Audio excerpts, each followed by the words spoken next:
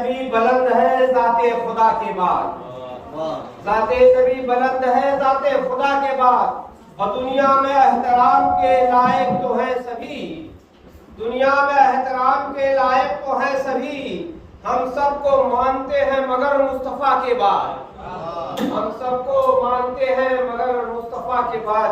آئیے بلا کسی تمہید کے ہندوستان کے مشہور و معروف شعراء، استاد الشعراء یہاں پہ تشریف لائے ہیں۔ جناب افضل اعظمی سے میں گزارش کرتا ہوں کہ آئے چند اشعار سے سامعین کے دلوں کی محبت کریں۔ بغیر سروات اللہم صلی علی محمد و آل محمد۔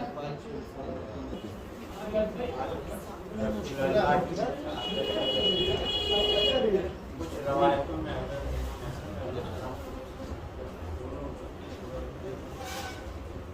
ہم کیا بیان کریں گے سراپا رسول کا، ہم کیا بیان کریں گے سراپا رسول کا، قرآن پڑھ رہا ہے قصیدہ، قرآن پڑھ رہا ہے قصیدہ رسول کا، واللہ بس وہی ہے خلیفہ، واللہ بس وہی ہے خلیفہ رسول کا، مشکل میں جس نے ساتھ نہ چھوڑا رسول کا، مشکل میں جس نے ساتھ نہ چھوڑا رسول کا، اس واسطے یہ شام سے رہتا ہے دور دور، اس واسطے یہ شام سے رہتا ہے دور دور، کلمہ پڑھے ہوئے ہے سویرا رسول کا، کلمہ پڑھے ہوئے ہے سویرا رسول کا، اور ذات نبی میں سمٹی ہے شہروں کی روشنی، ذات نبی میں سمٹی ہے شہروں کی روشنی، مکہ رسول کا ہے مدینہ رسول کا، مکہ رسول کا ہے مدینہ رسول کا، پھیلی ہوئی ہے 12 چراغوں کی روشنی، پھیلی ہوئی ہے 12 چراغوں میں،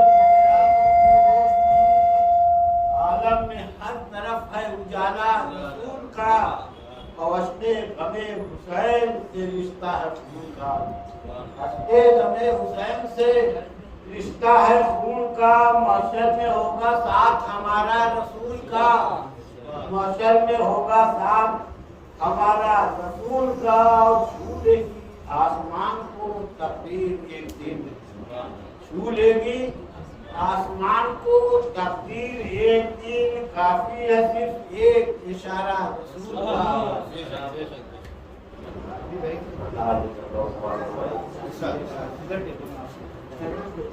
آقا کی طرح کوئی پیغمبر نہ ملے گا، آقا کی طرح کوئی پیغمبر نہ ملے گا، آقا کی طرح کوئی پیغمبر نہ ملے گا، ان جیسا سخی اور سکندر نہ ملے گا، ان جیسا سخی اور سکندر نہ ملے گا، طیبہ کے مسافر ہو مقدر کو سجا لو، طیبہ کے مسافر ہو مقدر کو سجا لو، پھر نور سے لبریز سمندر نہ ملے گا، پھر نور سے لبریز سمندر نہ ملے گا، اس در کے گدا دنیا میں انمول ہوئے ہیں، اس در کے گدا دنیا میں انمول ہوئے ہیں، اس در سے سوا کوئی تلندر نہ ملے گا، اور کوفے کی زمین سے یہی آتی ہے صدائیں، کوفے کی زمین سے یہی آتی ہے صدائیں تاریخ میں غازی سا دلاور نہ ملے گا تاریخ میں غازی سا دلاور نہ ملے گا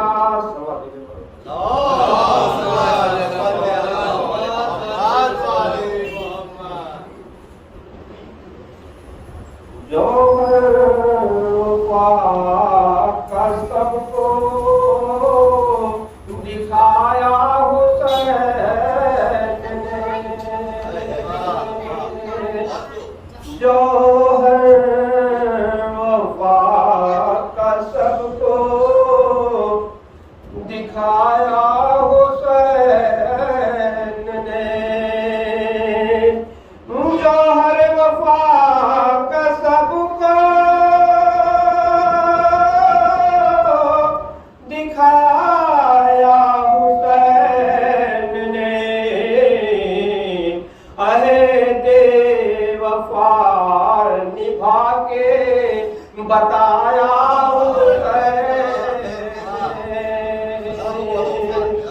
عہد وفا نبھا کے بتایا حسین نے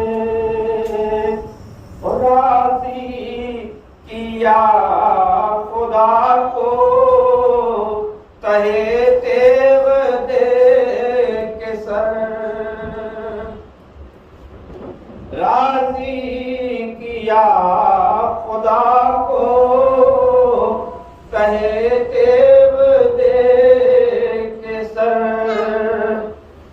راضی کیا خدا کو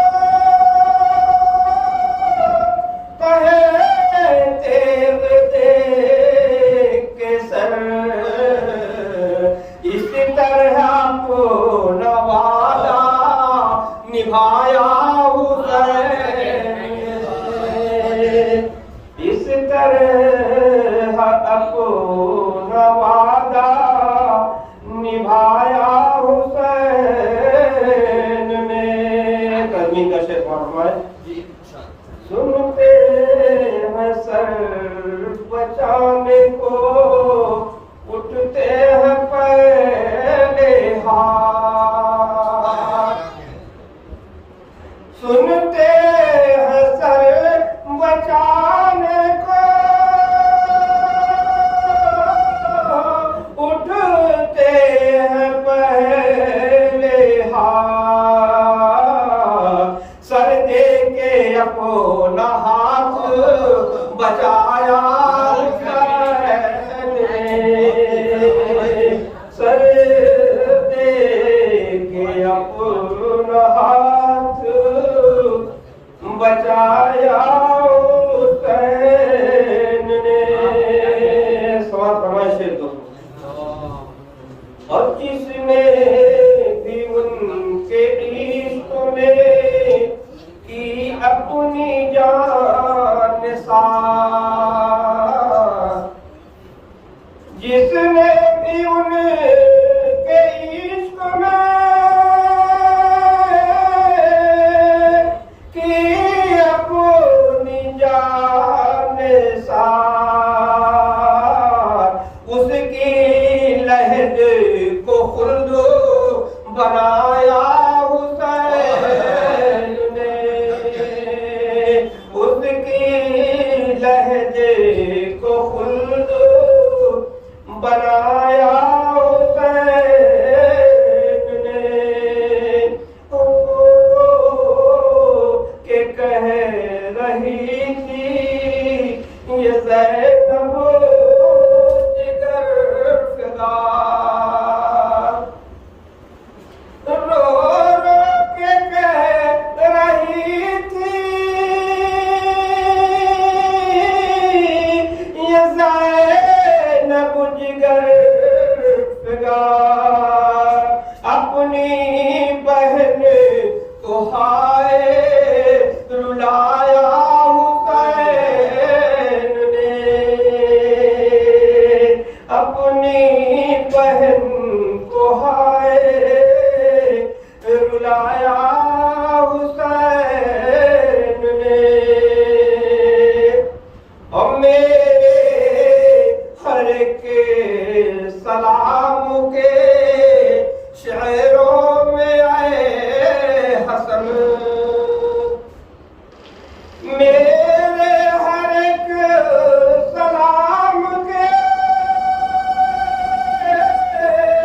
شعروں میں آئے حسن واللہ چار چاند لگایا حسین نے سوا دیجیے پر محمد والے محمد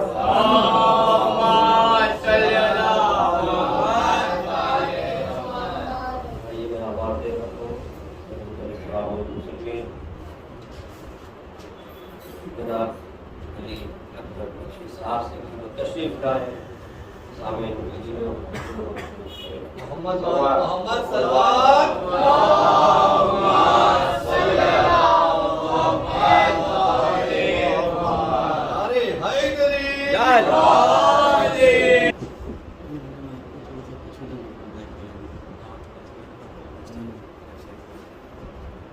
لا حول ولا قوة إلا بالله السميع العليم حسبنا الله ونعم الوكيل نعم المولى ونعم النصير الحمد لله الذي لا يبلغ مدحته القائلون ولا يحصي نعماء العادون ولا يؤدي حقه المجتهدون الذي ليس لصفته حد محدود ولا نعت موجود ولا دل ممدود بطر الخلائق بقدرته ونشر الرياح برحمته وابتلى بالصخور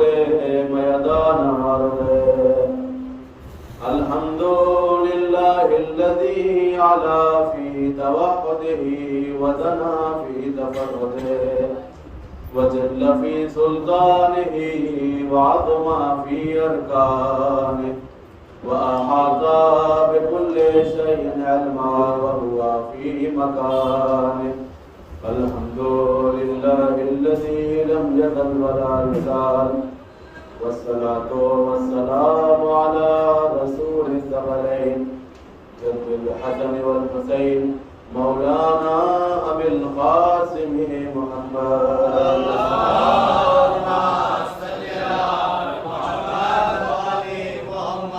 ثم الصلاة والسلام على عترته الطيبين الطاهرين المعصومين المظلومين أما بعد فقد قال رسول الله صلى الله عليه وآله وسلم إني تارك فيكم الثقلين كتاب الله وعترتي أهل بيتي ما إن تمسكتم بهما لن تضلوا بعدي ولن يفترقا حتى يرضى علي الحوض وقال الله تبارك وتعالى ولقد كان لكم في رسول الله أسوة حسنة صلوات محمد وعلى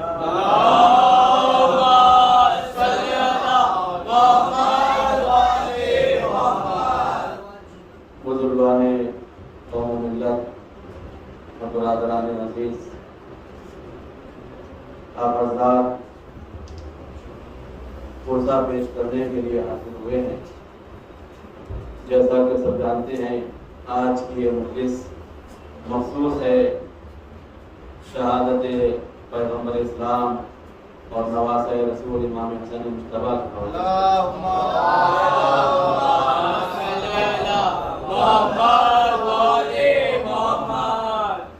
یقیناً یہ وہ نعمتیں ہیں جسے اللہ تبارک و تعالی نے آپ کے سپرد کی ہیں اور آپ کے حوالے کی ہیں، اور اس روئے زمین پر اس سے بڑھ کر نعمت آپ کے لیے نہیں ہو سکتی. اس لیے کہ آخرت میں صرف اور صرف آپ کے اعمال کو دیکھا جائے گا۔ اور جو جتنا اہل بیت کو پہچانتا ہے، امام نے فرمایا اعرفوا منازل شیعتنا بقدر معرفتہم عنا، اگر تم ہمارے شیعوں کی قدر و منزلت کو پہچاننا چاہتے ہو تو یہ دیکھو کہ ان کے اندر ہماری معرفت کتنی ہے۔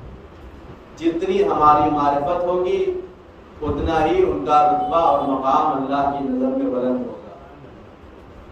یہ ہے شیعت کی بلندی کا معیار ہے۔ تو ارشاد ہوتا ہے وَلَقَدْ كَانَ لَكُمْ فِي رَسُولِ اللَّهِ أُسْوَةٌ حَسَنَةٌ، بے شک پیغمبر اور رسول کی اقتداء میں تمہارے لیے بھلائی ہے، اور رسول کی سیرت تمہارے لیے اسوہ حسنہ ہے۔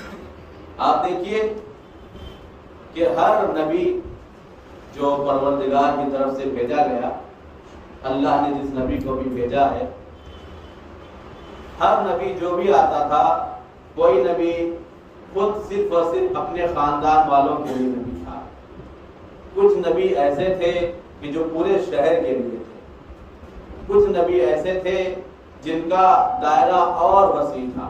اسی لیے خدا نے فرمایا تلک الرسل فضلنا بعضهم علی بعض، ہم نے بعض رسولوں کو بعض پر فضیلت بخشی ہے، یعنی انبیاء میں بھی تمام نبی برابر نہیں ہیں، کچھ افضل ہیں تو کچھ مفضول ہیں۔ کچھ ایسے نبی تھے کہ جنہیں صرف اپنے گھر والوں کے لیے معمول کیا گیا تھا، کچھ خاندان والوں کے لیے، کچھ قبیلے والوں کے لیے، کچھ شہر کے لیے، اور کچھ کئی شہر والوں کے لیے۔ لیکن صرف اور صرف ہمارے پیغمبر اسلام کو یہ امتیاز حاصل ہے کہ آپ صرف اپنے زمانے والوں کے لیے نہیں نبی ہیں، بلکہ قیامت تک کے لیے پیغمبر اسلام نبی ہیں، ہر بشر کے لیے نبی ہیں، اور ایمان رکھنا واجب ہے۔ اور صرف انسانوں کے نہیں بلکہ تمام نبیوں کے بھی نبی ہیں، اس لیے کہ کسی بھی نبی کو اس وقت تک نبوت نہیں ملی جب تک اس نے پیغمبر اسلام کی نبوت کا اقرار نہیں کیا۔ آپ دیکھ رہے ہیں تو ہمارے نبی کی عظمت کے لیے یہی کافی ہے کہ ہر نبی جو تبلیغ کے لیے آیا ہے، جو ابلاغ رسالت کے لیے آیا ہے، پیغمبر اسلام ان تمام نبیوں کے نبی ہیں۔ اللہ اکبر۔ پیغمبر اسلام کی عظمت کو ہم نہیں سمجھ سکتے، اس لیے کہ پروردگار نے فرمایا کہ لولا لما خلقت الافلاک، کہ اے میرے نبی، اے میرے حبیب، اگر تمہیں خلق کرنا مقصود نہ ہوتا تو میں اس دنیا کو خلق نہ کرتا، اس کائنات کو نہ بناتا۔ پتہ چلا کہ جس کے صدقے میں یہ کائنات خلق ہوئی ہے وہ ہمارے نبی ہیں۔ آپ نے خود ارشاد فرمایا کنتو نبیا والآدم بین الماء والطین، کہ میں اس وقت بھی نبی تھا جب آدم آب و گل کے درمیان تھے، جب جناب آدم پانی اور مٹی کے درمیان میں کودے جا رہے تھے، اس وقت بھی میں نبی تھا۔ اس کا مطلب یہ ہو گیا کہ ہر نبی سے پہلے پیغمبر اسلام نبی ہیں، اور ہر نبی کے بعد پیغمبر اسلام نبی ہیں۔ لہذا اسی لیے ارشاد ہوتا ہے، امام رضا علیہ السلام فرماتے ہیں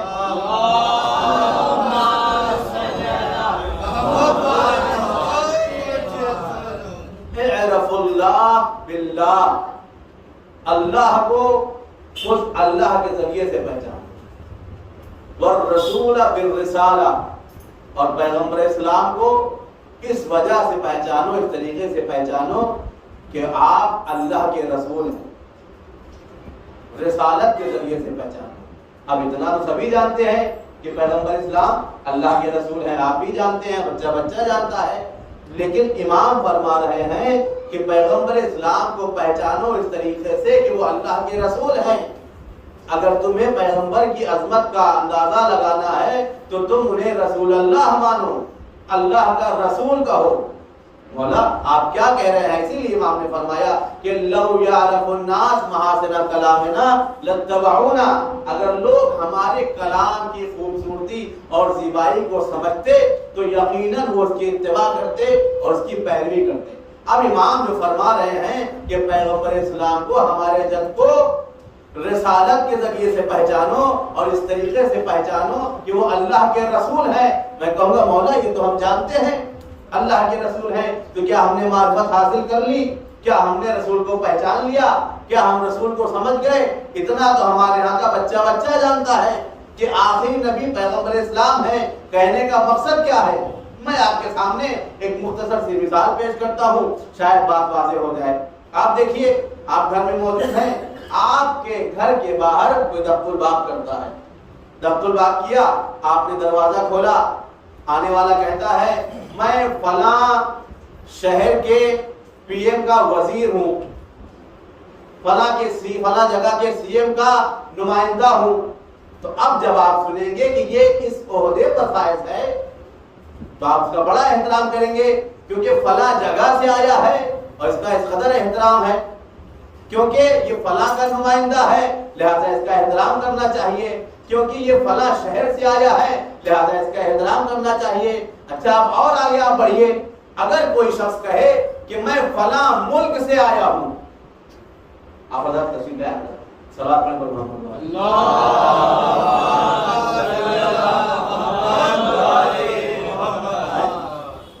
اگر کوئی شخص کہے کہ میں فلاں کا وزیر ہوں، فلاں کا نمائندہ ہوں، تو آپ احترام میں کھڑے ہو جائیں گے، بھائی اتنی ایسی شخصیت ہمارے گھر پہ آئی ہے لہذا ہمیں عزت دینا چاہیے، اس کی مہمان نوازی کرنا چاہیے، ہم میزبان ہیں۔ کیوں؟ اس لیے کہ یہ شخص اس جگہ سے آیا ہے کہ جس کی شخصیت بہت عظیم ہے، جس کا مقام بہت بلند ہے، لہذا اس نے اپنا نمائندہ بھیجا ہے، آپ بڑا احترام کریں گے۔ اب اسی کے مقابلے میں ایک شخص اور آئے صبح کے وقت، آنے کے بعد کہے کہ میں فلاں کنٹری سے آیا ہوا ہوں، فلاں ملک سے آیا ہوا ہوں اور میں فلاں کا وزیر ہوں، تو اب آپ اور احترام کریں گے کہ بھائی یہ پورے ملک کے وزیر ہے، ایک پوری حکومت اس کے ہاتھ میں ہے اور یہ وہاں سے آیا ہوا ہے، یہ ان کا نمائندہ ہے اور یہ ان کا وزیر ہے، آپ اور احترام کریں گے۔ تو جیسا منصب ہوگا ویسا ہی آپ احترام کریں گے، جیسی شخصیت ہوگی ویسی ہی اس کی عظمت ہوگی۔ تو عزیزان محترم، اگر ایک شہر کا نمائندہ ہے تو اس کا مقام اور ہے، اگر ایک ملک کا نمائندہ ہے تو اس کی منزلت اور ہے۔ اب آپ رسول کی عظمت کا اندازہ یہاں سے لگائیے کہ اگر کوئی نمائندہ، کوئی وزیر آپ کے گھر آ جاتا ہے تو آپ اس قدر اس کا احترام کرتے ہیں، کیوں؟ اس لیے کہ فلاں پی ایم کا وزیر ہے، فلاں سی ایم کا نمائندہ ہے جو آپ کے گھر میں آیا ہے، تو اس کی ذمہ داری کیا ہوگی، اسی قدر اس میں لیاقت اتنی پائی جاتی ہوگی، اس میں قابلیت اتنی زیادہ پائی جاتی ہوگی۔ تو یہ دنیا کی روش ہے عزیزان محترم، دنیا کا دستور ہے، دنیا کا قانون ہے کہ اگر کسی شہر کا نمائندہ، کسی ملک کا نمائندہ آپ کے پاس آئے تو آپ اس قدر احترام کرتے ہیں۔ اب رسول کی عظمت کا اندازہ لگانا ہے تو آپ یہاں سے عظمت کا اندازہ لگائیے کہ ہمارا رسول صرف رسول نہیں ہے بلکہ اس خدا کی جانب سے آئے ہیں جو کائنات کا مالک و مختار ہے۔ اللہ اکبر! آپ نے توجہ نہیں فرمائی، میں نے کیا عرض کیا آپ کے سامنے کہ اگر کوئی وزیر آتا ہے، کوئی نمائندہ آتا ہے تو آپ اس کی عظمت یہاں سے سمجھتے ہیں کہ یہ فلاں جگہ کا وزیر ہے۔ اب آپ مجھے بتائیے کہ اس رسول کی عظمت کا آپ کیسے اندازہ لگا سکتے ہیں کہ جسے اللہ نے یہ کہہ کے بھیجا ہو کہ میں اللہ ہوں، اس کائنات کو خلق کرنے والا، اور روئے زمین پر اگر کوئی میرا وزیر ہے، کوئی میرا نمائندہ ہے تو صرف اور صرف رسول اللہ کی ذات ہے۔ اللہ اکبر! آپ توجہ فرما رہے ہیں؟ پیغمبر اسلام اسی لیے امام فرما رہے ہیں کہ اگر رسول کو پہچاننا ہے تو انہیں رسول اللہ کہہ کے پہچانو۔ رسول کی عظمت کم نہیں ہے انسان محترم، اسی لیے پروردگار نے فرمایا کہ لولاک لما خلقت الافلاک، کہ اگر تم نہ ہوتے حبیب اور تمہیں میں خلق کرنا مقصود نہ ہوتا تو میں اس کائنات کو خلق نہ کرتا۔ آپ دیکھیے پیغمبر اسلام کی عظمت کا اندازہ لگائیں۔ پیغمبر اسلام کو جب بھیجا ہے، آپ دیکھیے جتنے بھی نبی آئے ہیں روایت میں ملتا ہے سب کے سب صدقہ ہیں پیغمبر اسلام کی خلقت کے طفیل میں انبیاء کو خلق کیا گیا۔ اللہ اکبر! ہم رسول کی عظمت کا اندازہ نہیں لگا سکتے۔ اب جتنے بھی آپ دیکھیے انبیاء کو دیکھیے اور جتنے بھی نبی آئے ہیں، جو بھی کتابیں تھیں آنے کے بعد وہ سب کہاں ہیں؟ آج ہمارے درمیان میں موجود ہیں؟ نہیں، ہمارے درمیان میں موجود نہیں ہیں، لیکن پیغمبر اسلام نے فرمایا ما اوذی النبی مثل ما اوذی، جتنی تکلیف مجھے دی گئی کسی نبی کو اتنی تکلیف نہیں دی۔ اللہ اکبر! اللہ اکبر! راہ رسالت میں راہ ابلاغ توحید میں پیغمبر اسلام نے جو زحمتیں مشقتیں اور رنج اٹھایا ہے وہ کسی نبی نے نہیں اٹھایا. آپ دیکھیے رسول خدا کو زہر دینے والی پر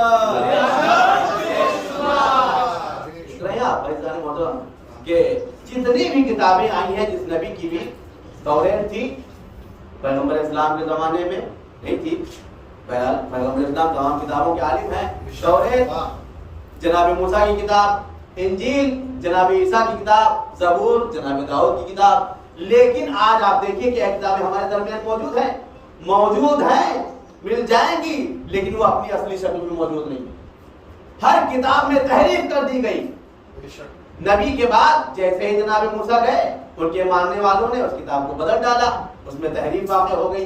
وہ اب اپنی اصلی شکل میں موجود نہیں ہے. اب یہ اصلی کتاب امام کے پاس ہے. اس کے بعد آپ دیکھیے کہ انجیل جناب عیسیٰ کی کتاب, لیکن آج وہ اپنی شکل میں موجود نہیں ہے اصلی شکل میں. نصارہ کے پاس, یہ کرسچن لوگ کے پاس کتاب موجود ہے, بائبل ہے, لیکن وہ اپنی شکل میں موجود نہیں ہے. طرح طرح کے خرافات اس میں مل جائیں گے آپ کو. معاذ اللہ استغفر اللہ کہ جناب عیسیٰ نے شراب پی, اور میں ساری باتیں بیان کرنا اس منبر سے توہین ہے, میں وہ سمجھتا ہوں لہذا بیان نہیں کروں گا. وہ بھی بتاتے چلیے گا کہ سلیم بن کیسے ہلالی کا واقعہ, جیسے ابھی آپ نے فرمایا کہ جو اصل قرآن ہے وہ غیبت میں سرکار کے پاس ہے, وہ سلیم بن کیسے ہلالی کا جو واقعہ ہے, سرکار امیر علیہ السلام نے قرآن لے کے آئے تو لوگوں نے منع کر دیا تھا وہ قرآن کو. سرکار نے ہوا میں لپٹا اور سرکار نے فرمایا کہ جب میرا کام آئے گا تب یہ قرآن. اس کا بھی بتاتے چلیے گا.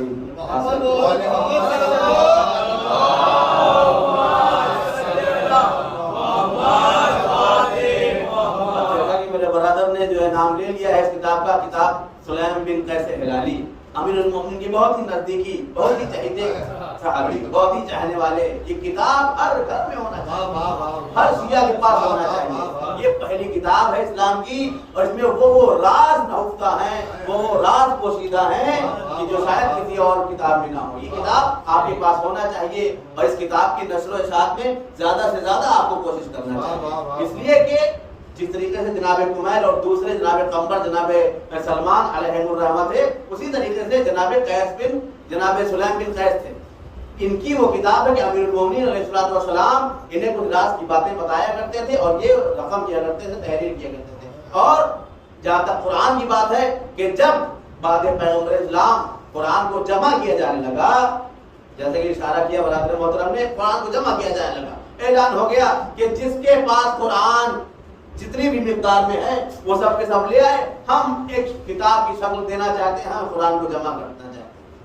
اب آپ مجھے انصاف سے بتائیے کہ اس سے بہتر قرآن کو کون جمع کر سکتا ہے جو ہر وقت رسول کے ساتھ رہتا ہے, جنگوں میں بھی رسول کے ساتھ, میدان میں رسول کے ساتھ, اٹھنا بیٹھنا رسول کے ساتھ, بستر رسول پر علی موجود ہو, تو اس سے بہتر کون سمجھ سکتا ہے قرآن کو کہ جو علم پیغمبر کا باپ ہے. رسول نے فرمایا انا مدینۃ العلم والعلم وبابا.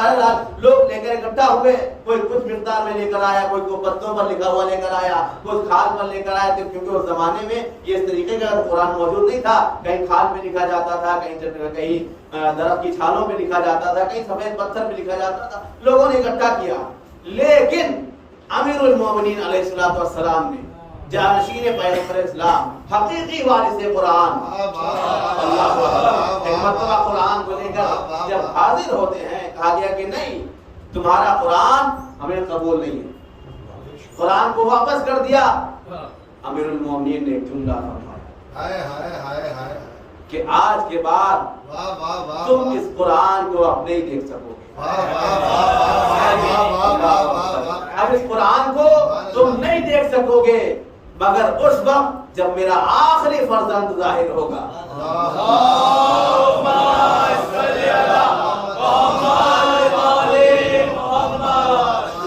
قرآن وہی امام کے پاس ہوگا، کیونکہ جتنے بھی آیتیں موجود ہیں قرآن میں یہ ترتیب سے نہیں ہے. یہ قرآن یہ سورہ جو ہے اس میں ترتیب سے موجود نہیں ہے کہ پہلا سورہ کون سا تھا، آخری سورہ کون سا تھا، کون سی آیت کہاں پہ تھی. یہ صرف اور صرف اسی قرآن میں ملے گا جس قرآن کو امیر کائنات نے اکٹھا کیا. یہ صرف اسی قرآن میں ملے گا. اور انشاءاللہ امام ظہور فرمائے ہم سب موجود ہوں اس وقت، اور امام کے ساتھ انشاءاللہ قاتلان حسین سے بدلہ لے. ہماری یہ دعا ہے. تو اصل قرآن جو ہے ہم نہیں کہتے یہ وہ قرآن نہیں، یہ قرآن ہے، لیکن یہ ترتیب وہ ترتیب نہیں ہے جو ترتیب نزولی تھی. وہ صرف اور صرف اہل بیت علیہ السلام کے پاس ہے، اور نسلاً بعد نسل امیر المومنین کے بعد امام حسن کے پاس آیا، اس کے بعد امام حسین، امام سجاد، ہر امام کے پاس جاتا گیا. اور یہ صرف قرآن نہیں بلکہ انبیاء کی تمام وراثتیں اس آخری امام کے پاس موجود ہیں. جب آئیں گے تو ظاہر کریں گے رسول کے حقیقی وارث ہمارے ائمہ علیہ السلام. فیضان محترم، تو میں عرض کر رہا تھا آپ کے سامنے کہ جب تک نبی موجود تھا اس وقت تک ان کی کتابیں بھی موجود تھیں. جناب داؤد موجود تھے، زبور موجود تھی. جناب موسیٰ موجود تھے، توریت موجود تھی. جناب عیسیٰ موجود تھے، انجیل اپنی اصلی حالت میں موجود تھی. لیکن جیسے ہی ان کا زمانہ گزرا ان کے ماننے والوں نے مٹا ڈالا. میں کہوں گا پروردگار تو دیکھ رہا ہے کہ جب کوئی نبی دنیا سے جا رہا ہے تو اس کی امت اس کی کتاب کو مٹا ڈال رہی ہے، اس میں تحریف کر ڈال رہی ہے. ایسا تو نہیں ہے کہ ہمارے پیغمبر اسلام جائیں اور قرآن کا بھی یہی حال ہو. اس لیے کہ ہم دیکھتے چلے آ رہے ہیں کہ جب نبی گزرتا ہے، نبی کی آنکھ بند ہوئی تو اس کی اصلی کتابوں میں تحریف کر دی جا رہی ہے. اب یہ جو پیغمبر اسلام 63 سال تک انہوں نے مشقت برداشت کی، زحمت برداشت کی ہے، رنج اٹھائے ہیں، اب اس کا کیا ہوگا؟ اب اس قرآن کو کون بچائے گا؟ قرآن کے پیغام کو تو پہنچا دیا ہے. عجب نہیں پروردگار آواز دے، نادان تم گھبرانا نہیں، ایک محمد بھیجوں گا قرآن پہنچانے کے لیے، 12 محمد بھیجوں گا قرآن بچانے کے لیے.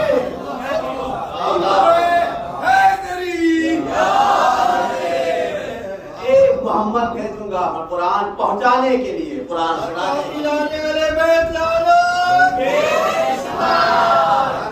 12 محمد بھیجوں گا قرآن بچانے کے لیے. وارث قرآن اگر کوئی ہے تو اہل بیت. اور آج پردے غیب میں وہ امام موجود ہے. کہتے ہیں امام افضل یا نبی افضل. کیسے افضل؟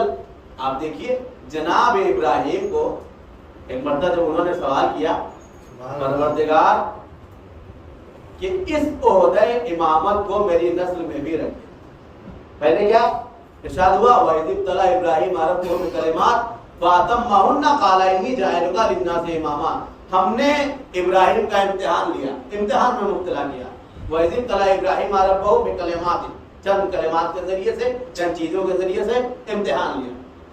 فَأَتَمَّهُنَّ، جب وہ اس میں کامیاب ہو گئے، قَالَ، اللہ نے کہا إِنِّي جَاعِلُكَ لِلنَّاسِ إِمَامًا، اب ہم تمہیں لوگوں کا امام بنا رہے ہیں. تو ایک بات تو قرآن نے بتا دی کہ امامت کو معین کرنا صرف اور صرف اللہ کا کام ہے، بندے اسے معین نہیں کر سکتے. وہ اس آیت نے بتا دیا. دوسری بات جو اس آیت سے سمجھ میں آتی ہے وہ یہ عزیزان محترم، آپ دیکھیے نبوت جناب ابراہیم کے پاس موجود ہے پہلے سے، رسالت پہلے سے موجود ہے، خلت پہلے سے موجود ہے.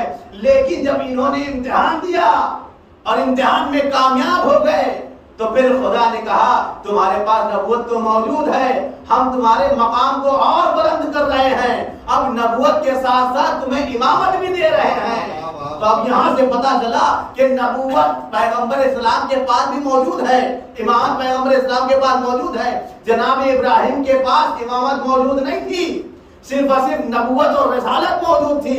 لیکن اللہ نے جب ان کے مقام کو بلند کرنا چاہا، کہا کہ دیکھو نبوت تمہارے پاس تو موجود ہے، امامت موجود نہیں ہے، لیکن امتحان کے بعد اب ہم تمہیں امامت بھی دے رہے ہیں. لہذا یہاں سے پتا چلا کہ نبوت سے افضل امامت ہوا کرتی ہے. کیوں؟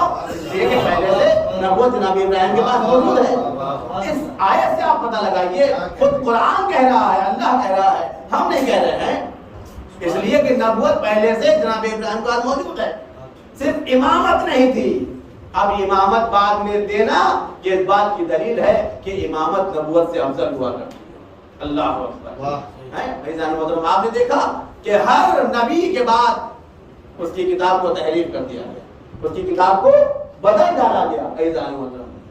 ارشاد ہوتا ہے, میں نے جو آیت آپ کے سامنے پڑھی, وَلَقَدْ كَانَ لَكُمْ فِي رَسُولِ اللَّهِ أُسْوَةٌ حَسَنَةٌ, رسول کی ابتدا تمہارے لیے اسوہ حسنہ ہے. رسول کی سیرت پہ چلو, رسول کی باتوں کو مانو. آپ دیکھیے کہ پیغمبر اسلام اگر رسول ہیں, دوسرے مقام پہ ارشاد ہوتا ہے کیسے رسول ہیں کہ اگر ان کی رسالت پر اور نبوت پر نبی ایمان نہ لائے اللہ اسے نبی نہیں بناتا. جب تک پیغمبر اسلام کی نبوت پر اور رسالت پر کوئی ایمان نہ لائے اس وقت تک وہ نبی نہیں ہے. ارشاد ہوا کہ میں اس وقت بھی نبی تھا جب جناب آدم کنت نبی والآدم بین الماء والطین, میں اس وقت بھی نبی تھا جب آدم آب و گل کے درمیان میں تھے. اب آپ مجھے یہ بتائیے جب پیغمبر اسلام کے لیے ارشاد ہو رہا ہے کہ آپ رسول ہیں, بار بار پروردگار قرآن میں کہہ رہا ہے کہ آپ رسول ہیں, وما محمد الا رسول, محمد کچھ نہیں ہے صرف اور صرف میرے رسول ہیں. اب آپ مجھے ذرا انصاف سے بتائیے کہ کیا پیغمبر اسلام صرف رسول ہیں؟ پیغمبر اسلام کے پاس کیا کوئی اور عہدہ نہیں ہے؟ نہیں, اور بھی عہدے ہیں. جیسے آپ کے کچھ رشتے ہوتے ہیں ویسے پیغمبر اسلام کے بھی کچھ رشتے موجود ہیں. ہر شخص دنیا میں اس کے کچھ نہ کچھ رشتے ناطے ہوتے ہیں. اگر آپ باپ ہیں تو آپ کے بچے ہوں گے. ہر شخص جو دنیا میں ہے اپنے بچوں کا باپ ہے, اپنے ماں باپ کا بیٹا ہے. بہرحال جتنے بھی رشتے موجود ہیں وہ سب کے سب گنوائے جاتے ہیں. لیکن اسے کوئی کیا کرے, وہ اللہ جس نے پیغمبر کو بھیجا وہ رشتوں کو توڑ کے کہہ رہا ہے اے میرے حبیب آپ صرف اور صرف رسول ہیں, وما محمد الا رسول, صرف اور صرف آپ رسول ہیں. اچھا آپ یہ بتائیے کہ کیا پیغمبر اسلام جناب آمنہ کے لال نہیں ہیں, جناب عبداللہ کے بیٹے نہیں ہیں, امیر المومنین کے بھائی نہیں ہیں, جناب فاطمہ الزہرا کے والد نہیں ہیں, جناب ابو طالب کے بھتیجے نہیں ہیں؟ یہ اتنے رشتے میں گنوا رہا ہوں, کیا یہ رشتے غلط ہیں؟ یہ سب کے سب صحیح ہیں. لیکن اسے کوئی کیا کر سکتا ہے کہ جس نے رشتوں کو بنایا وہی رشتوں کو توڑ رہا ہے, اور یہ کہہ کے توڑ رہا ہے کہ محمد صرف میرا رسول ہے, کسی کا باپ نہیں ہے, کسی کا بھتیجا نہیں ہے, کسی کا چچا, کسی کا نانا نہیں ہے, کسی کا شوہر نہیں ہے. اب اسے کوئی کیا کر سکتا ہے؟ اب ایسا محمد صلی اللہ علیہ وآلہ وسلم, ایسا پیغمبر کہ جو صرف اور صرف رسول ہے, اگر بیٹی کے احترام میں کھڑا ہو جائے سمجھیے باپ نہیں کھڑا ہو رہا ہے بلکہ رسالت کھڑی ہو رہی ہے. اللہ اکبر. کیوں؟ اس لیے کہ اللہ نے فرمایا یہ میرا صرف اور صرف رسول ہے. اگر بیٹی کے احترام میں کھڑا ہو جائے سمجھیے باپ نہیں بلکہ رسالت کھڑی ہو رہی ہے. اگر بھائی کو کاندھے پر بلند کر لے سمجھ لو بھائی نے بلند نہیں کیا بلکہ رسالت نے بلند کیا ہے. اگر چچا سے مدد مانگنے کے لیے چلا جائے سمجھ لو بھتیجے نے مدد نہیں مانگی بلکہ رسالت نے مدد مانگی ہے. اللہ اکبر. اگر نوازوں کے لیے ناقہ بن جائے سمجھ لو نانا ناقہ نہیں بن رہا ہے بلکہ رسالت ناقہ بن رہی ہے. اللہ نے محترم اگر چچا سے مدد مانگنے کے لیے چلا جائے سمجھ لو رسالت نے مدد مانگی ہے. اور اگر کسی زوجہ سے ناراض ہو جائے سمجھ لو شوہر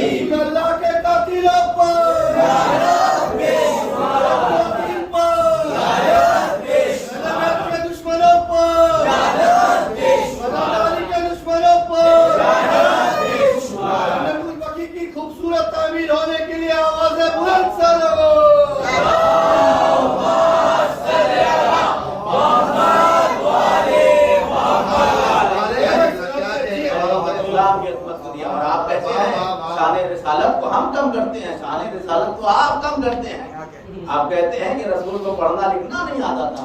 ماد اللہ استغفر اللہ. جب رسول نے کاغذ و قلم مانگا تھا اس وقت دیکھتے کہ رسول کو پڑھنا لکھنا آتا ہے تب سمجھ میں آتا نہیں دینے والا کہتے ہیں کہ رسول کو پڑھنا لکھنا نہیں آتا تھا. اللہ اکبر. کیا رسول نے آپ کو بتایا ہے کہ ہمیں پڑھنا لکھنا نہیں آتا؟ اچھا چلیے آپ اگر حدیث رسول کو نہیں مانتے, آپ کہتے ہیں حسبنا کتاب اللہ, کتاب خدا ہمیں کافی ہے, تو قرآن میں ہی دکھا دیجئے کہ رسول اللہ معاذ اللہ استغفر اللہ پڑھنا لکھنا نہیں جانتے تھے. کسی کی عقل قبول کرے گی؟ میں آپ کے سامنے ایک مثال پیش کروں کہ آپ اپنے ملک سے یا کوئی کمپنی اگر اپنا کوئی نمائندہ دوسری کمپنی میں بھیجتی ہے کہ ہمارا یہ پیغام وہاں تک پہنچا دیا جائے, تو کیا کسی جاہل اور ان پڑھ کو بھیجے گا؟ رسالت کی تبلیغ کے لیے جب ایک معمولی کمپنی کسی ان پڑھ اور جاہل کو نہیں بھیج سکتی, آپ یہ شخص اگر وہ ان پڑھ شخص ہے اگر بھیج دیا جائے تو وہاں والے کیا کہیں گے؟ یہ کیسی کمپنی والے ہیں, یہ کیسے جاہل لوگ ہیں, ہم بھلا اس سے کیا بات کریں جو کچھ جانتا ہی نہیں ہے. تو یہ تو دنیا کا ماحول ہے. اللہ اکبر. یہ دنیا کا دستور ہے کہ جب بھی کسی کام کے لیے بڑی جگہ بھیجا جاتا ہے تو پڑھے لکھے افراد کو بھیجا جاتا ہے. تو یہ کیسے ممکن ہے کہ وہ پروردگار جو اتنے بڑے نظام خلقت کو چلا رہا ہے, اپنے نظام خلقت کو چلانے کے لیے اپنا نمائندہ کسی ان پڑھ اور جاہل کو بھیجے؟ اللہ اکبر. یہ کیسے جاہل لوگ ہیں؟ یہ رسول معاذ اللہ استغفر اللہ پڑھے لکھے کی بات نہیں ہے, بلکہ یہ خود جاہل ہیں. اور اللہ نے ایسا انہیں جاہل بنایا, کہا پیغمبر تم گھبرانا نہیں, اگر یہ لوگ تمہیں ان پڑھ کہہ رہے ہیں تو میں ان کے ساتھ ایسا کروں گا کہ ہمیشہ اسی گمراہی اور جہالت میں باقی رہیں گے. اللہ اکبر. کبھی یہ نکل نہیں پائیں گے اس گمراہی اور جہالت سے. اب آپ کے سامنے ایک اور مثال پیش کروں, میں دکھاتا ہوں کہ رسول اللہ پڑھنا لکھنا جانتے تھے یا نہیں جانتے تھے. اچھا آپ کہتے ہیں کہ ہم نے رسول کو کبھی دیکھا ہی نہیں پڑھتے, کبھی لکھتے دیکھا ہی نہیں, تو ہم کیسے مان لیں؟ کہیں تاریخ میں نہیں ملا کہ رسول اللہ نے کوئی خط لکھا ہو, کہیں کچھ پڑھ کے سنایا ہو. رسول اللہ کو ضرورت ہی کیا تھی؟ مولا کائنات ہمیشہ ساتھ ساتھ رہتے تھے, اس کی ضرورت ہی پیش نہیں آتی تھی. اچھا عربی میں ایک قاعدہ موجود ہے. آپ جو کہتے ہیں کہ تاریخ میں ہمیں نہیں ملا کہ رسول اللہ نے کچھ لکھا ہو, کہیں کچھ پڑھا ہو, ہمیں نہیں ملتا ہے. عربی میں ایک قاعدہ ہے, میں آپ کے سامنے بیان کرتا ہوں. قاعدہ کیا ہے؟ عدم الوجدان لا يدل على عدم الوجود کہا جاتا ہے. عدم الوجدان, کسی چیز کا پروف آپ کو نہ ملنا, یہ اس بات کی دلیل نہیں ہے کہ دنیا میں پروف موجود ہی نہیں ہے. یہ قاعدہ ہے عربی کا کہ آپ نے جا کر تلاش کیا اور آپ کو وہ چیز نہیں ملی تو اس کا مطلب یہ نہیں ہے کہ وہ دنیا میں موجود نہیں ہے. شاید آپ اس تک نہیں پہنچ سکے, یہ کمی آپ میں ہے, اس میں کمی موجود نہیں ہے. دلیل تو موجود ہے, آپ اس تک نہیں پہنچ سکے. لیاقت آپ میں نہیں تھی, کمزوری آپ میں ہے, رسول میں نقص نہیں ہے. ایزان محترم, تو اگر آپ کو ایک چیز نہیں ملتی ہے تو اس کا مطلب یہ نہیں ہے کہ دنیا میں موجود نہیں ہے. عدم الوجدان لا يدل على عدم الوجود. اچھا دوسری بات, آپ کہتے ہیں کہ اگر رسول اللہ نے کہیں پڑھا نہیں, کہیں لکھا نہیں, ہم نے دیکھا ہی نہیں کہ کسی مدرسے میں گئے ہوں, کسی استاد سے تعلیم حاصل کی ہو. اچھا بڑی اچھی دلیل ہے. تو کیا آپ نے کبھی مولا کائنات کو دیکھا ہے کسی مدرسے میں جا کے تعلیم حاصل کی ہو؟ اللہ اکبر. بڑی مثالیں آپ کے سامنے واضح سے پیش کر رہا ہوں. کیا آپ نے امیر کائنات کو دیکھا ہے کہ کسی مدرسے میں جا کے تعلیم حاصل کی ہو, کسی استاد کے سامنے ضامن ادب طے کیا ہو, کسی کے سامنے سر تسلیم خم کیا ہو؟ ارے جو جبرائیل کا استاد رہا ہو اسے کیا ضرورت ہے کسی کے سامنے؟ اللہ اکبر, اللہ اکبر. اور آپ کہتے ہیں کہ پیغمبر اسلام نے کہیں پڑھا نہیں, کہیں لکھا نہیں, تو آپ امیر کائنات کے بارے میں کیا کہیں گے؟ جبکہ دستور یہی ہوتا تھا اور اس کو روی یہی تھی کہ جب پیغمبر اسلام کو کوئی نامہ لکھنا ہوتا تھا, کوئی خط لکھنا ہوتا تھا بادشاہوں کے نام کسی ملک کے نمائندے کے لیے, تو کیا کرتے تھے؟ امیر کائنات خط لکھا. لیکن کیا آپ کو کہیں تاریخ میں ملا کہ مولا کائنات نے کسی مدرسے میں جا کے تعلیم حاصل کی ہو؟ صلوات علی پر محمد والا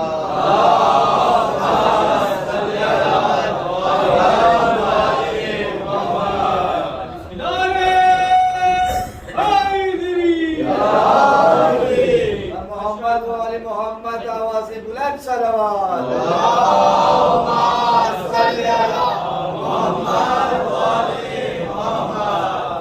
اور صلوات پر محمد والے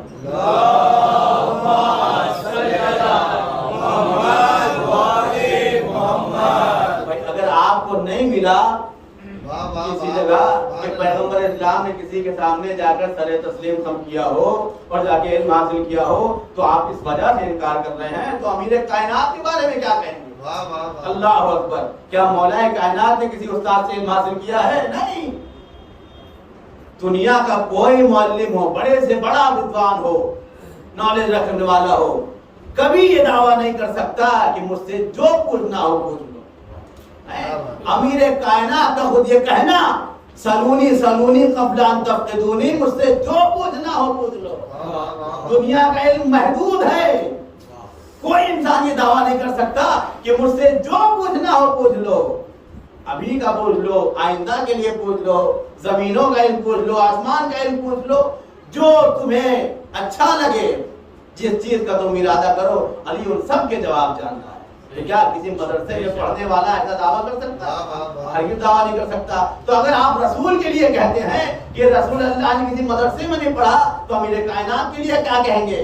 بلکہ امیر کائنات تو یہ کہتے ہیں کہ رسول نے مجھے اس طریقے سے علم سکھایا جیسے کبوتر اپنے بچے کو دانا چگاتا ہے۔ اللہ اکبر۔ تو ہمارا عقیدہ یہ ہے کہ علی رسول کے شاگرد ہیں، رسول نے پیغمبر اسلام نے امیر کائنات کو علم سکھایا ہے، وارث پیغمبر ہیں علی، شاگرد رسول ہیں علی۔ اما جب شاگرد کا یہ حال ہے تو استاد کا کیا مقام ہوگا؟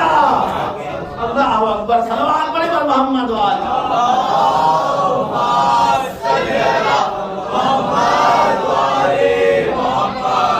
میں نے وعدہ کیا تھا آپ کے سامنے کہ بتاؤں گا میں کہ رسول اللہ پڑھنا لکھنا جانتے تھے، یعنی یہ تو عقلی دلائل تھے، اب آپ کے سامنے نقلی دلائل جو نقل ہو کے آئے ہیں۔ جو نقلی جو عربی میں کہا جاتا ہے تو آپ وہ جعلی نہ سمجھیے، نقلی، جی نقلی جب کہا جاتا ہے عربی میں، جس کا مطلب یہ کہ منقول ہو کے آئے ہیں، جو نقل ہو کے آئے ہیں، جو ایک دوسرے سنے گئے ہیں، روایت میں آئے ہیں، لکھے ہوئے ہیں، وہ آپ تک پہنچائے جا رہے ہیں۔ تو جو دلیل نقلی ہے، جو نقل ہو کے آئی ہے، وہ آپ کے سامنے پیش کرتا ہوں اور موجود ہے آج کی تاریخ میں۔ آپ دیکھیے کہ جب ایک مرتبہ مسلمانوں نے چاہا کہ مکہ میں جا کر عمرہ بدلنا، اب عمرے کے لیے جب پہنچے وہاں پر تو وہاں کے کفار اور مشرکین نے انہیں روک دیا کہ نہیں، تم عمرہ نہیں کر سکتے۔ بہرحال اس کے بعد پیغمبر اسلام آئے، اس کے بعد آنے کے بعد مقام حدیبیہ میں مصالحہ ہوا، جسے صلح حدیبیہ کے نام سے آپ جانتے ہیں۔ کیا عہدہ ہوا، کیا طے پایا کہ کچھ سال ہم حج کریں گے اور یہاں پر آئیں گے، تم ہمیں نہیں روکو گے، اور تم اسی طریقے سے اگر مدینہ آنا چاہو ہم تمہیں نہیں روکیں گے، یا کعبے میں اگر تم کچھ کام کرنا چاہو یہ اختیار میں تمہارے رہے گا کعبہ، ہم مزاحم نہیں ہوں گے اتنے سالوں تک۔ بہرحال اور بھی جو شرائط تھے اس کے بعد لکھا جانے لگا۔ پیغمبر اسلام نے امیر کائنات کو بلایا اور اس میں صلح لکھی گئی، لکھا جانے لگا۔ امیر کائنات بیٹھے ہوئے ہیں، لکھا گیا بسم اللہ الرحمن الرحیم، آگے ایک جملہ ملا، پھر پیغمبر اسلام کے لیے لکھا کہ یہ محمد رسول اللہ کی جانب سے ہے۔ اب بہرحال صلح نامہ تیار ہوا، کفار تک پہنچا۔ اب جیسے ہی انہوں نے دیکھا کہ اوپر بسم اللہ الرحمن الرحیم لکھا ہوا ہے، کہا اسے کاٹو، کیونکہ ہم اللہ کو نہیں مانتے ہیں لہذا ہم یہ قبول نہیں کریں گے۔ تو بہرحال اسے مٹایا گیا۔ دوسری بار پھر نامہ بھیجا گیا۔ اب جب پھر نامہ بھیجا گیا تو انہوں نے پڑھا، اس میں لکھا ہوا تھا کہ محمد رسول اللہ کی طرف سے۔ کہنے لگے ہم اگر محمد کو اللہ کا رسول مانتے تو جھگڑا ہی کس بات کا تھا؟ اگر ہم محمد کو اللہ کا رسول مانتے تو جھگڑا کس بات کا تھا؟ لہذا ان سے کہو کہ محمد ابن عبداللہ لکھے، ہم رسول اللہ نہیں مانیں گے۔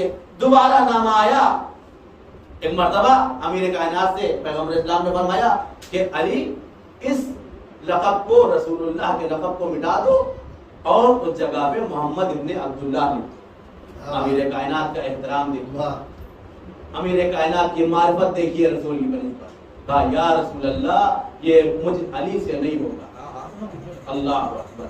وہ غیرت مند علی جو رسول کے نام کو مٹانا گوارا نہ کرے، اس سے زیادہ خلافت کا حقدار کون ہو سکتا ہے؟ کیا وہ حقدار ہو سکتے ہیں جو رسول کو میدان میں چھوڑ کر بھاگ جائے، جو رسول کو بستر رسول پر قتل کرنا چاہے، جو رسول کا عزت کو اتنی زیادہ کرتا ہو کہ رسول کے نام کو نہ مٹا سکتا ہو، وہ اصلی خلیفہ ہوگا رسول اللہ۔ اب ایک مرتبہ میرے کائنات نے کہا کہ یا رسول اللہ مجھ سے یہ کام نہیں ہوگا کہ میں آپ کے اس لقب کو جو اللہ نے آپ کو دیا ہے اپنے ہاتھوں سے مٹاؤں۔ پیغمبر اسلام نے ایک مرتبہ خط لیا اور لینے کے بعد اسی جگہ پر جہاں پہ محمد رسول اللہ لکھا ہوا تھا وہاں پر خط پھینک دیا، اسے مٹا ڈالا۔ اب مجھے بتائیے کہ کہیں تاریخ نے یہ نہیں لکھا کہ کسی نے رسول کو بتایا ہو کہ محمد رسول اللہ یہاں لکھا ہوا ہے، یا کسی نے سکھایا ہو، وہ جگہ دکھائی ہو، نہ کسی نے بتایا نہ کسی نے سمجھایا، پھر بھی رسول اللہ نے اسی جگہ کو مٹایا جہاں پہ محمد رسول اللہ لکھا ہوا تھا۔ اب مجھے بتائیے کہ رسول کو کیسے پتا چل گیا کہ یہاں پہ رسول اللہ لکھا ہوا ہے؟ اللہ اکبر، آپ نے توجہ نہیں فرمائی کہ پیغمبر اسلام اس جگہ کو مٹا رہے ہیں جہاں پر رسول اللہ لکھا ہوا ہے۔ نہ تو علی نے بتایا کہ یا رسول اللہ یہاں پر رسول اللہ لکھا ہوا ہے، اسے مٹا دیجئے۔ رسول اللہ نے نامہ لیا اور اس جگہ کو مٹا دیا جہاں پر رسول اللہ لکھا ہوا تھا۔ اب آپ مجھے ذرا انصاف سے بتائیے کہ اگر کوئی ان پڑھ ہو، کوئی پڑھا لکھا شخص نہ ہو، وہ نامے کو دیکھ کر وہ جگہ کیسے پہچان سکتا ہے؟ اللہ اکبر، اس سے بڑھ کر اہم دلیل اور کیا ہو سکتے ہیں کہ رسول اللہ پڑھے لکھے تھے۔ کبھی آپ نے رسول کو قلم اور دوات دیا تو ہوتا، اس کے بعد آپ کو پتا چلتا کہ رسول اللہ کتنے پڑھے لکھے ہیں۔ نہیں، یہ جو رسول پر عصیان کی تہمت لگائی جا رہی ہے یہ صرف اور صرف اس وجہ سے ہے کہ جب ہم رسول میں عیب اور نقص ڈال دیں گے تو اس کے بعد ہمارے آنے والے ہم کہہ دیں گے جب رسول میں نقص پایا جاتا ہے تو دوسرے لوگوں میں اگر کوئی برائی پائی جائے تو تعجب کی کیا بات ہے؟ یہ اس لیے رسول پر عیب ڈالتے تھے، اس لیے رسول کو برائی میں ملوث کرنا چاہتے ہیں۔ اور جہاں صلح کی بات آتی ہے محترم، وہاں صلح ہے پیغمبر اسلام کے ساتھ، صلح ہے امام حسن کا بھی تذکرہ آتا ہے۔ صلح امام حسن گویا وہی صلح ہے جو رسول اللہ کی صلح۔ اللہ اکبر، نانا نواسے ایک دوسرے سے الگ نہیں ہیں، یہ رسالت کی کڑی ہے امامت، یہ ہمارا عقیدہ ہے۔ اس لیے کہ رسول نے فرمایا کہ الحسن والحسین سیدہ شباب اہل الجنہ، حسن و حسین جنت کے جوانوں کے سردار ہیں۔ مناظرہ ہو رہا ہے امام جواد سے، یحییٰ ابن اقسم تقریباً 80-90 سال کا بیٹھا ہوا ہے، فضائل شیخین میں حدیثیں بگھارنے لگے۔ جیسے ہی امام کا بھی کمسنی کا عالم ہے، جیسے ہی حدیث بیان کی کہ آپ اس حدیث کے بارے میں کیا کہتے ہیں کہ فلاں اور فلاں جنت کے بوڑھوں کے سردار ہیں۔ اللہ اکبر، جنت کے بوڑھوں کے سردار ہیں۔ امام نے فرمایا نہیں، یہ اس حدیث کے مقابلے میں گڑھی گئی ہے جسے رسول اللہ نے کہا ہے کہ حسن و حسین جنت کے جوانوں کے سردار ہیں، تو اس حدیث کے مقابلے میں گڑھ دیا گیا کہ فلاں اور فلاں جنت کے بوڑھوں کے سردار ہیں۔ امام سے فرمایا گیا کہ اگر یہ حدیث صحیح نہیں ہے دلیل کیا ہے آپ کے پاس؟ امام نے فرمایا کہ کیا جنت میں بوڑھے بھی موجود ہوں گے جو سردار ہوں گے؟ جنت میں کیا بوڑھے بھی موجود ہوں گے جو ان کے سردار ہوں گے؟ اللہ اکبر۔ آپ دیکھیے کہ جو نقلی حدیثیں ہوتی ہیں، جعلی حدیثیں ہوتی ہیں، وہ پکڑ لی جاتی ہیں، کہنے لگے اچھا یہ بھی تو حدیث ملتی ہے کہ فلاں فلاں جنت کے چراغ ہوں گے، جنت کی روشنی ہوں گے۔ امام نے فرمایا کیا جنت میں اندھیرا ہوگا جو وہاں کے چراغ ہوں گے؟ اب دیکھیے امام کے سامنے مقابلہ کرنے کے لیے آئے، امام کے سامنے مناظرہ کرنے کے لیے آئے، تو امام نے بتا دیا کہ تمہیں کچھ سوال کرنا بھی نہیں آتا ہے اور تم مجھ سے مناظرہ کرنے کے لیے آئے، ذرا اچھے سے ہوم ورک کر کے آیا کیجیے۔ بامبے والے کی اصطلاح میں اچھے سے ہوم ورک کر کے یہ نہیں آیا تھا۔ تو امام کا مقام آپ سمجھیے، صلح امام حسن صلح رسول اللہ ہے، قول امام حسن قول رسول اللہ ہے، قول امام صادق علیہ السلام قول رسول اللہ ہے، صرف قول رسول اللہ نہیں، قول خدا بند۔ امام کا قول خدا کا قول ہے، رسول کا قول ہے۔ کل میں نے آپ کے سامنے عرض کیا تھا حدیث کے کچھ جملوں کو کہ اگر امام حسین کی جنہوں نے نصرت کی ہے وہ انصار خدا، دین خدا کے مددگار، رسول اللہ کے مددگار کہے جائیں۔ آپ سیرتوں میں پڑھتے ہیں حزب اللہ، واہ، سلوات پڑھیں۔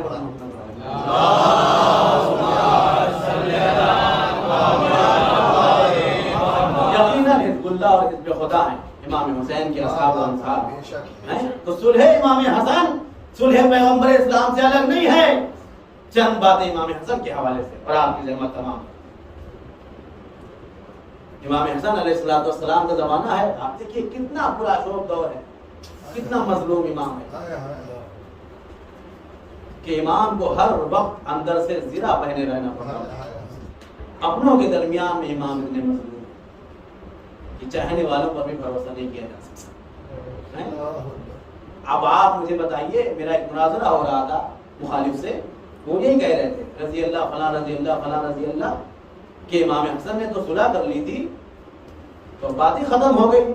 میں نے ان کے سامنے کہا کہ آپ نے عربی کا ایک قاعدہ پڑھا ہے، اور عربی کیا یہ ہر عقل مند سمجھتا ہے کہ جب آپ کسی سے کوئی معاملہ رکھ رہے ہوں اور اس کے مقابلے میں کوئی شرط رکھیں کہ دیکھیے کہ اگر میرا یہ کام ہو گیا، یا آپ اللہ سے کوئی منت مانگتے ہیں، شرط رکھتے ہیں کہ اگر میرے گھر میں بیٹا ہو گیا تو پروردگار میں مجلس امام حسین کروں گا، پروردگار اگر میرا بیٹا ہو گیا تو میں کسی فقیر کی مدد کر دوں گا، امام باڑے میں کچھ مدد کر دوں گا۔ پھر آپ منت مانتے ہیں، یہ شرط رکھتے ہیں۔ یہ دنیاوی مثال آپ لے لیجئے کہ آپ کسی کام کے مقابلے میں شرط رکھتے ہیں، ایک ہوتی ہے شرط، دوسرا ہوتا ہے مشروط۔ آپ کو اس عمل کو اسی وقت انجام دینا ہے جب آپ کی شرط پوری ہو جائے۔ اگر شرط پوری نہیں ہوئی تو اس کا مطلب یہ ہے کہ اس عمل کو انجام دینا اب آپ پر واجب نہیں ہے، ضروری نہیں ہے، اس لیے کہ آپ نے اللہ سے عہد کیا تھا کہ پروردگار اگر یہ میری شرط پوری ہو گئی، اگر یہ معاملہ پورا ہو گیا تو میں پروردگار تیری راہ میں کسی فقیر کو کھانا کھلاؤں گا، کسی غریب کو کپڑا دے دوں گا۔ آپ دنیاوی معاملہ لے لیجئے، ایک شخص سے آپ شرط رکھتے ہیں کہ دیکھو میں تمہاری بات کو مانوں گا لیکن شرط میری یہ ہے کہ میرا بھی فلاں کام ہونا چاہیے۔ اب اگر میرا فلاں کام ہو جاتا ہے تو میں اس شرط کو مان لوں گا، میں اس بات کو مان لوں گا۔ اب جب امام حسن علیہ السلام نے صلح کی کچھ شرطیں رکھی تھی جو مہم شرطیں ہیں، کچھ لوگ 7 شرط ذکر کرتے ہیں، 5 شرط 9 شرطیں ذکر کرتے ہیں، لیکن جو نچوڑ ہے، خلاصہ ہے، وہ 4-5 شرطوں میں۔ پہلی شرط امام نے کیا رکھی تھی کہ دیکھو کہ تمہارے بعد میں رسول کا جانشین ہوں گا، اپنے بعد کسی کو تم معین نہیں کرو۔ حاکم شام سے امام نے شرط رکھی تھی کہ اس کے بعد صرف اور صرف میں جانشین پیغمبر رہوں گا، اور اگر میں نہیں رہا تو میرا بھائی حسین چلا گیا ہے، میرا بھائی حسین وارث پیغمبر ہوگا، اور تمہیں دوسری شرط یہ ہے کہ تم اپنے بعد کسی کو اس کرسی پر بٹھانے کا حق نہیں رکھتے ہو۔ اب آپ مجھے بتائیے، اور تیسری شرط امام نے رکھی کہ جو یہ ممبروں سے میرے بابا علی مرتضی کو برا بھلا کہا جاتا ہے، سب کو شتم کیا جاتا ہے، ان سب کو تم بند کروا دو گے، انہی شرطوں پر میں تمہارے ساتھ صلح کروں گا۔ چوتھی شرط یہ ہے کہ جو تم نے جاسوس ہر جگہ بٹھا رکھے ہیں ان سب کو ہٹا دو گے، اور بیت المال سے جتنے بھی ہاشمی گھرانے ہیں ان کا جو بھی حصہ ہے تم ان کے لیے مخصوص کر دیا کرو جیسے دوسروں کے لیے۔ بہرحال یہ خلاصہ ہو گیا شرطوں کا۔ اب آپ مجھے یہ بتائیے، میں نے اسی لیے پہلے ہی آپ کے سامنے عرض کر دیا کہ جب آپ کسی سے معاملہ کرتے ہیں، کوئی شرط رکھتے ہیں، تو جب آپ کی شرط پوری ہوگی تبھی سامنے والے کی بات کو قبول کرنا آپ پر واجب ہے، وإلا واجب نہیں ہے، ضروری نہیں ہے۔ اگر شرط ہوگی تو مشروط باقی رہے گا۔ اب آپ مجھے بتائیے کہ جو امام حسن نے صلح کی تھی، ان شرطوں پر کیا حاکم شام اپنی شرط پر باقی رہا؟ اپنی شرطوں پر باقی نہیں رہا۔ اپنے بعد اس نے یزید کو خلیفہ بنا دیا۔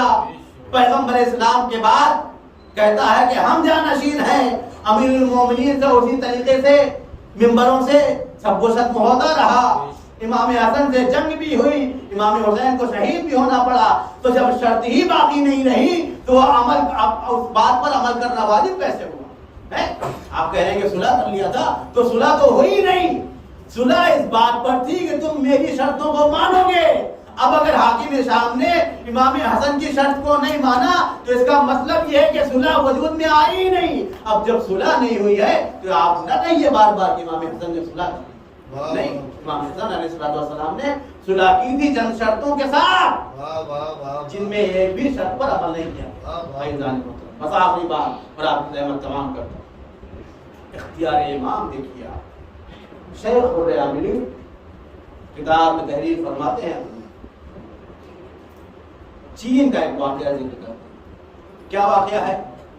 بادشاہ ہے، اس کی ایک بیٹی ہے، اب اس کی یہ بیٹی جو بادشاہ کا وزیر ہے اس پر عاشق ہو جاتی ہے۔ بہرحال دونوں آپس میں شادی کرنا چاہتے ہیں، لیکن یہ بادشاہ کہتا ہے کہ میں وزیر کی بیٹے کو اپنا داماد نہیں بنا سکتا، میں تلاش میں ہوں کہ مجھے جیسا کوئی اور بادشاہ مل جائے تاکہ میری بیٹی اس جگہ پر جائے۔ بہرحال بادشاہ کی عدم موجودگی میں دونوں نے شادی کر لی۔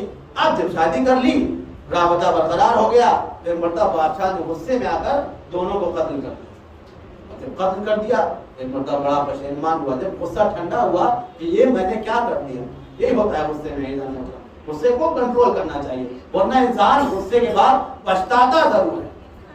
یہ جو ائمہ علیہ السلام نے فرمایا ہے، غصے کے چند علاج بیان کیے ہیں کہ انسان کھڑا ہو تو بیٹھ جائے، بیٹھا ہو تو کھڑے ہو جائے، اگر رشتہ داروں پہ غصہ آئے تو اپنے بدن کو مست کر دے، کشمش کھا لے یا اپنی جگہ کو بدل دے، بہرحال اور بھی واقعہ ہے، وضو کر لے، امام نے فرمایا ہے، تو غصہ اس سے ٹھنڈا ہو جاتا ہے۔ تو بہرحال غصہ جب اسے آیا تو اس نے دونوں کو قتل کر دیا۔ اب جب غصہ ٹھنڈا ہوا تو بڑا پچھتایا کہ یہ میں نے کیا کیا ہے۔ تمام جگہ پر منادی کرا دی گئی کہ کوئی ہے جو ان بچوں کو زندہ کر سکے، طبیعت دنیا میں آپ ڈھونڈ ڈالیے، ہر مرض کا علاج کر سکتے ہوں گے، لیکن کوئی طبیعت دنیا میں آپ کو ایسا نہیں ملے گا کہ جو مردوں کو زندہ کر دے۔ اللہ اکبر، یہ قدرت صرف اور صرف ہمارے ائمہ کو پروردگار نے دی ہے۔ کوئی ایک شخص جو اس وقت ایمان رکھتا تھا اسلام پر، اس نے خبر دی کہ دنیا میں تمہیں کوئی ایسا نہیں ملے گا، ہاں مدینے میں میں ایک شخص کو جانتا ہوں جس کا نام ہے حسن، وہ وارث پیغمبر ہیں، وہی اگر چاہیں تو ان مردوں کو زندہ کر سکتے۔ اللہ اکبر۔ بادشاہ نے کہا کہ ٹھیک ہے، اگر تم کہتے ہو تو جاؤ، اور جانے کے بعد حسن کو لے کر آؤ۔ کہتا ہے کہ جناب یہاں سے 6 ماہ کا سفر ہے، اتنی جلدی میں کیسے جاؤں گا اور کیسے واپس آؤں گا؟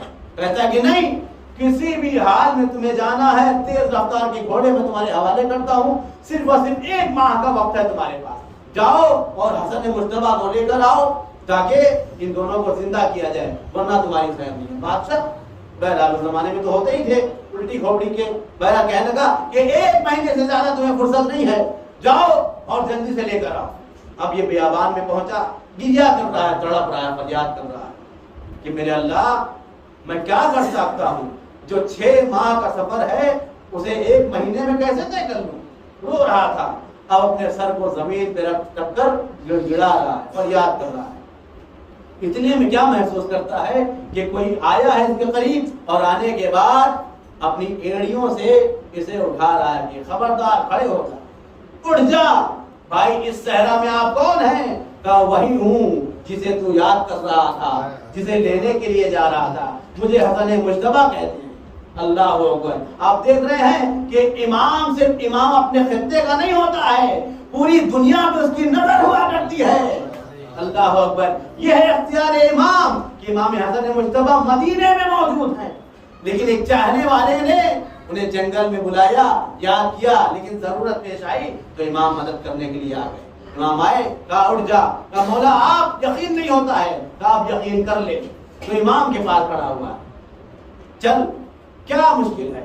ایک مرتبہ آتا ہے اور جگہ پر آنے کے بعد دونوں کو لایا گیا لاشوں کو، اور اس کے بعد امام نے 2 رکعت نماز پڑھی، نماز پڑھنے کے بعد دعا کی، دونوں زندہ ہو گئے۔ آپ دیکھ رہے ہیں کہ اختیار امام،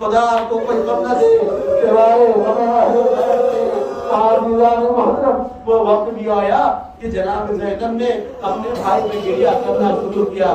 جناب قاسم ہیں اپنے باپ کو دیکھ رہے ہیں کہ اب میں یتیم ہو گیا ہوں.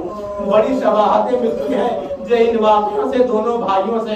عزیزان محترم امام حسن کے یتیم نے مدینے میں اپنے بابا کو دیکھا لیکن کچھ کر نہیں سکتے ہیں, یتیم ہو گئے ہیں. مجھے یاد آتا ہے کربلا میں حسین کا جنازہ, ایک بیٹا موجود ہے لیکن اتنا مجبور, ہاتھوں میں ہتھیاں, پاؤں میں بیڑیاں, ارے کمر میں لنگر ہے, گلے میں توق ہے, باپ کا جنازہ سامنے. ایک مرتبہ دیکھتے ہی زینب کی نظر سجاد پہ پڑی. اے بیٹا سجاد, ارے میں کیا دیکھ رہی ہوں, ایسا لگتا ہے کہ تمہاری روح تمہارے بدن سے نکل جائے گی. ایک مرتبہ سید سجاد کہتے ہیں اے بوبی اماں, ارے ان ظالموں نے اپنے نزدیک کتوں کو دفن کر دیا, اے رسول کا نواسا. اللہ اکبر, اللہ اکبر. ارے خدا آپ کو کوئی غم نہ دے سوائے غم اہل بیت کے. جنازہ تیار ہونے لگا لیکن امام حسن نے وصیت کی تھی نا, امام حسین سے یہی تو کہا تھا اے بھائی حسین کہ دیکھو تم اپنے ہاتھوں سے مجھے غسل دینا, اپنے ہاتھوں سے کفن دینا, اپنے ہاتھوں سے مجھے دفنانا. اب ایک مرتبہ جنازہ تیار ہوا اور تیار ہونے کے بعد امام نے وصیت کی تھی کہ مجھے نانا کے پہلو میں دفن کرنا. دیکھو اگر نانا کے پہلو میں امت دفن نہ ہونے دے تو کوئی خون خرابہ نہ کرنا. میں یہ نہیں چاہتا ہوں کہ جنازے کو اماں کے پہلو میں دفن کر دینا. بہرحال حسب وصیت امام حسین آگے چلے, جنازے کو لے کر قبر رسول کے پاس پہنچے. مروان آگے بڑھا, نہیں حسن کے جنازے کو رسول کے پہلو میں ہم دفن نہ ہونے دیں گے. ارے بنی امیہ کے لوگ آئے, ایک خاتون کو لایا گیا, ارے حسن کو ہم دفن نہ ہونے دیں گے. ارے غضب ہو گیا, ارے جنازے پر تیر چلنے لگے. مظلوم ہے دنیا میں حسن, یہ فرزند رسول. ارے ہم نے کوئی نہ دیکھا جنازہ کہ گھر سے نکلنے کے بعد پھر گھر واپس آئے. اللہ اکبر, اللہ اکبر. بڑی شباہتیں ہیں ان دو بھائیوں میں, ایک کے جنازے میں تیر, دوسرے کا جنازہ تیروں کا معلق. اللہ اکبر. امام حسن کے جنازے میں تیر, امام حسین کا جنازہ تیروں کا معلق ہے. کتنی شباہت ہے ان دونوں بھائیوں میں. ایک مرتبہ جنازے کو لایا گیا, جناب زینب نے جنازے سے تیر کو نکالا. وہ کفن جو اب تک سفید تھا وہ سرخ ہو گیا. لیکن میں کہوں گا اے مولا, آپ کو کم سے کم کفن تو ملا, سرخ صحیح لال صحیح, آپ کو کفن تو ملا. لیکن ذرا کربلا میں آئیے, یہی آپ کا بھائی حسین ہے. 3 دن کا علاصم وہ غسلوں کا وقت گرم ریتی پر پڑا ہے. نہ کوئی غسل دینے والا, نہ کوئی دفن کرنے والا, نہ کوئی کفن دینے والا. ارے جو لباس حسین کے بدن پہ موجود تھا ظالموں نے اسے بھی اتار دیا. اجرکم اللہ. بس آخری بات اور آپ کے زحمت تمام, امام حسن کو دفن کر دیا گیا. ایک مرتبہ جب دفن کر دیا گیا تھا, ایک مرتبہ امام حسین حسب وصیت گھر میں آتے ہیں اور کہتے ہیں کہ دیکھو میرے بھائی کی یہ وصیت تھی کہ کوئی خون خرابہ نہ ہونے پائے. یہ دیکھ کر جناب میں, لیکن میرا دل کہتا ہے عزیزان محترم کہ اس بہن سے آپ پوچھئے اس کے دل نے کیسے برداشت کیا ہوگا. جناب زینب کا ایک لقب ہے ام المصائب, مصیبتوں کی ماں, آخری جرار ہے پنجتن کا.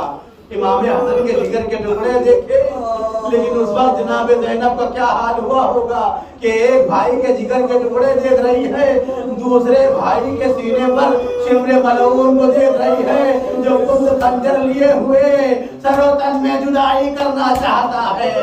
زینب آواز دے رہی تھی اے مسرے صاحب, ارے میرا ماجایا دبا ہو رہا ہے, کوئی بچانے والا نہیں ہے.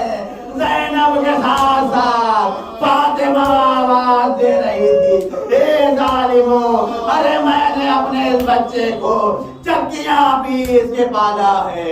اے ارض نینوا, میرا بچہ ہے بے گناہ, یہ دشتے کربلا میرا بچہ ہے بے گناہ، ارے گھیرا ہے ظالموں نے میرے نور عین کو، اے ذوالفقار میں تجھ سے لوں گی حسین۔ اللہ